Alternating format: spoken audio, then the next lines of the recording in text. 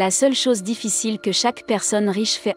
En 2011, j'ai approché l'un des chefs d'entreprise de mon pays et je l'ai supplié de m'autoriser à vendre son produit pour lui. Aucun est le type de travail le plus bas que vous puissiez jamais faire.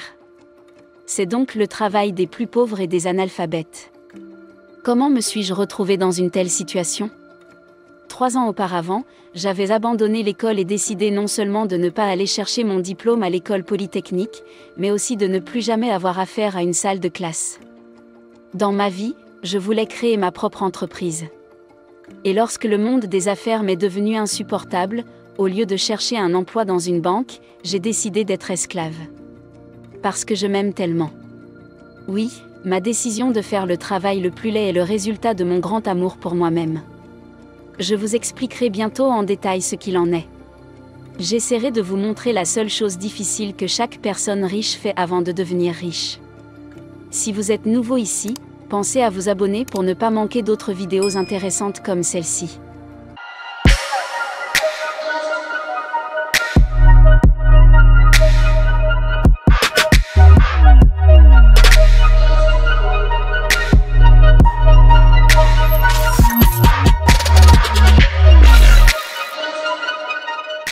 Voici ce qu'il faut savoir.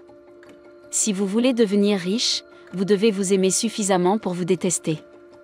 Je sais que la plupart des gens s'aiment, mais pas assez. C'est parce qu'on s'aime qu'on mange bien. C'est parce qu'on s'aime qu'on veut avoir un bon travail pour pouvoir payer ses factures et être à l'aise. Mais c'est aussi parce qu'on s'aime qu'on veut se protéger de tout ce qui peut arriver. Et c'est là que le bâtiment blesse. Vous pouvez exister pendant 100 ans et ne jamais partir. On peut être vivant et essayer d'éviter les douleurs. Vous pouvez vous protéger au point de ne faire que des choses sûres. Mais on ne peut pas avoir une vie digne de ce nom sans s'aimer suffisamment pour se détester. On ne peut pas vivre jusqu'à la mort. Dans la Bible, Jésus-Christ donne une analogie brillante à propos de la graine. Pour que la graine pousse, germe ou devienne fructueuse, elle doit d'abord mourir. Nous devons enterrer nos graines, elles mourront et pousseront.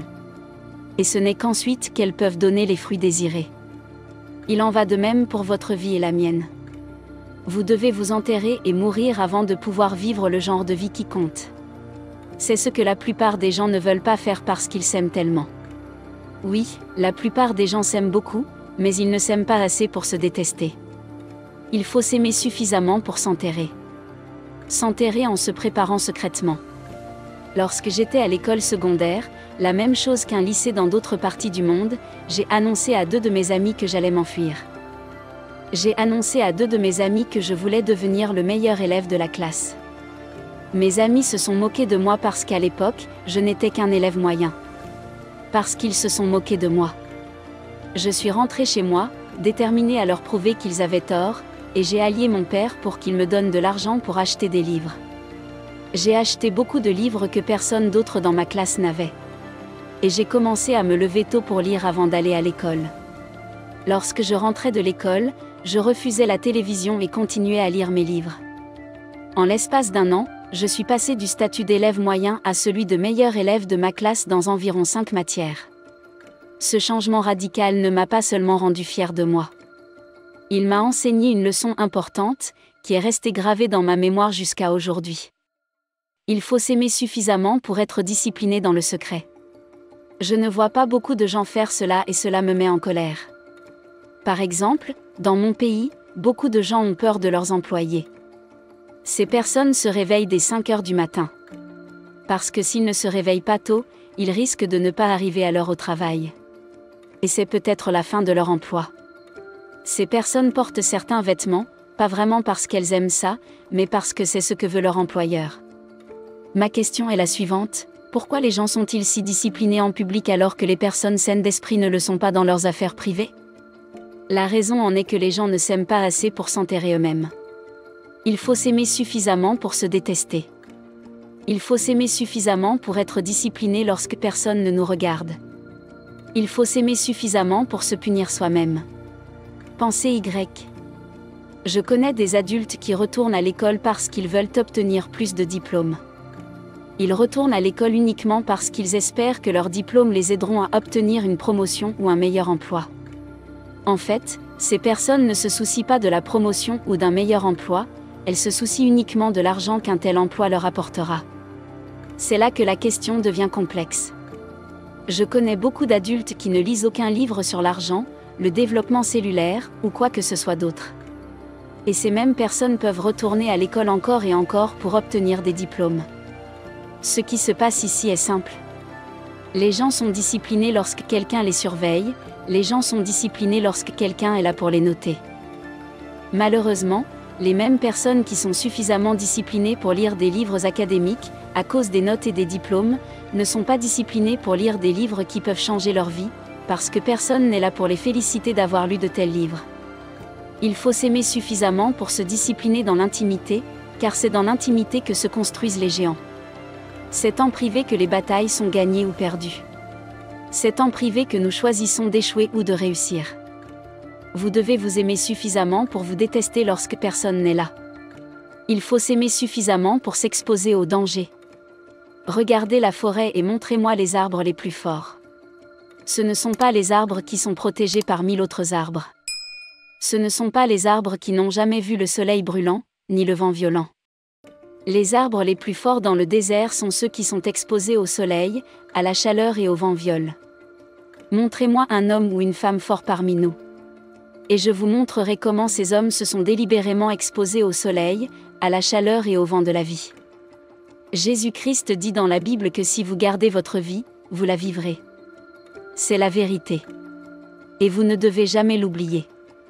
Si vous gardez votre vie, vous la perdrez. Tout comme nous aimons suffisamment notre corps pour l'exposer à la rigueur de l'exercice. Vous devez aimer votre vie suffisamment pour l'exposer au monde réel. Et laissez-moi vous dire ce qui se passera lorsque vous vous exposerez au monde réel. Oui, vous ferez des erreurs et vous échouerez. Ces échecs sont comme les douleurs que vous ressentez à la salle de sport. Ces douleurs sont des anges sacrés pour votre vie. Car plus tu en auras, plus tu seras fort et intelligent, et plus tu auras de chances de réussir. Quels sont tes rêves? N'attendez pas. Sortez et faites quelque chose. Ne laissez pas la peur de l'échec vous paralyser.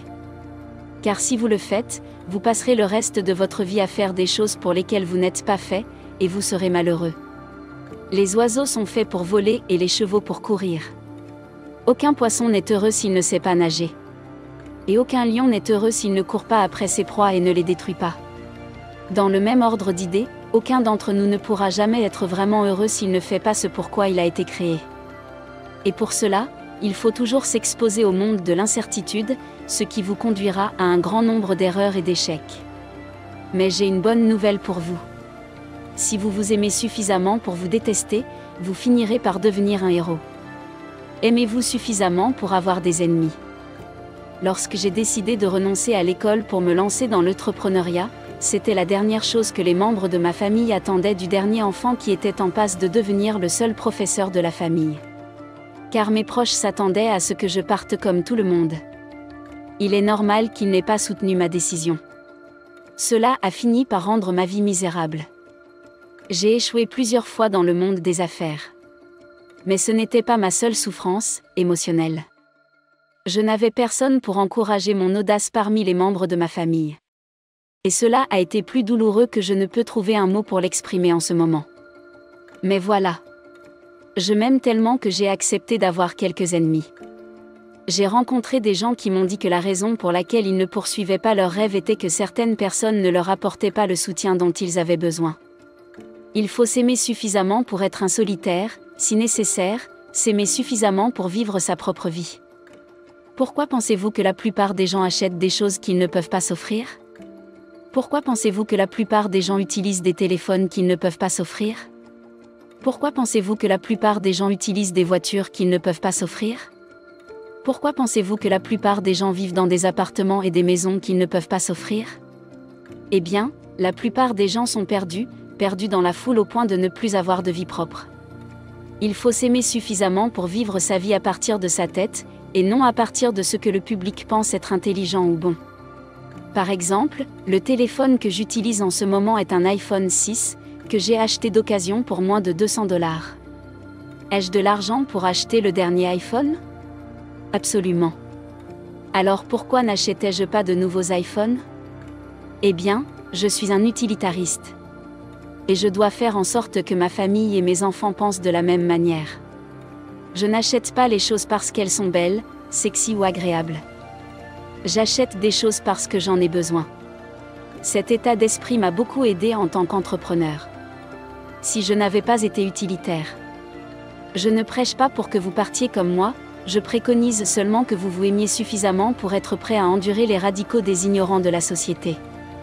Quel est le seul message que je veux faire passer? À travers cette vidéo? Vous voyez, chaque individu qui a été authentiquement bon est arrivé à un point où il a dû s'aimer suffisamment pour se haïr. Tous ceux qui ont connu un succès significatif, que ce soit dans les affaires, la science ou le sport, sont arrivés à un point où ils ont décidé de faire des choses difficiles, même dans le secret. Tous les grands hommes qui ont jamais vécu sont arrivés à un point où ils ont dû décider de mourir, afin que, comme une graine, ils puissent croître, germer et être féconds. Il faut s'aimer suffisamment pour se détester. Merci beaucoup de regarder nos vidéos. Vivre et non survivre, soyons prospères.